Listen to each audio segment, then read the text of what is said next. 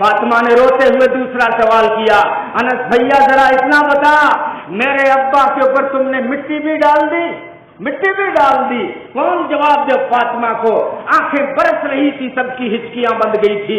उस वक्त अनस कहते मैंने हिम्मत की और जवाब दिया, हाँ अल्लाह के रसूल की बेटी इस तरह के सवाल न कर, हम पहले से घायल हैं, जरा सुन, हमने इन हाथों से तेरे अब्बा पे मिट्टी भी डाल दी। मैं कहा करता हूँ कि मोहम्मद अरबी सल्लल्लाहु अलैहि वसल्लम इस लायक नहीं थे कि उन पे मिट्टी डाली जाती, लेकिन अल्लाह का करम देखिए ना कि जिस जगह अपने महबूब को सुलाया है उस जगह को जन्नत से भी आला करार दिया है। वो जन्नत का टुकड़ा है जिस जगह खुदा का महबूब सो रहा है।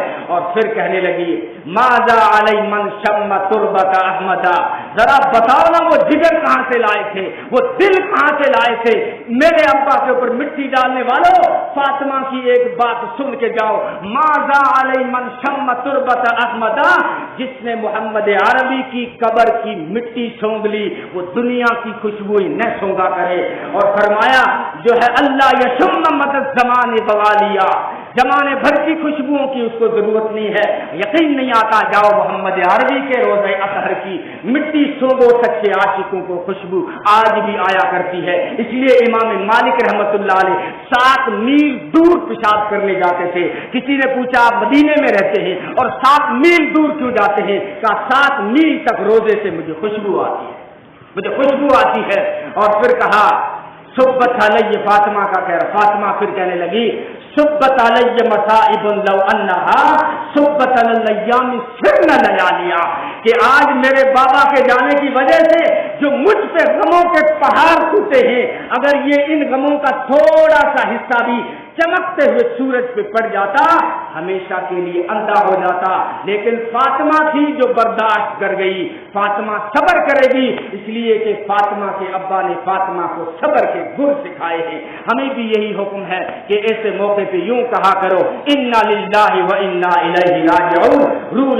रूह लेकर जब खुदा के पास फरिश्ते लौटते हैं, खुदा भी पूछता है फरिश्तों से, तुमने जो है मेरे बंदे का जिगर हिला दिया, तुमने बेटा उठा दिया उसका, भाई उठा दिया उसका, वालिद उठा दिया उसका, अजीज उठा दिया उसका। फरिश्ते कहते हैं तेरा हुक्म था मौला, हम तो तेरे हुक्म के पाबंद हैं। अल्लाह फरमाते हैं फरिश्तों मेरे बंदे ने क्या कहा?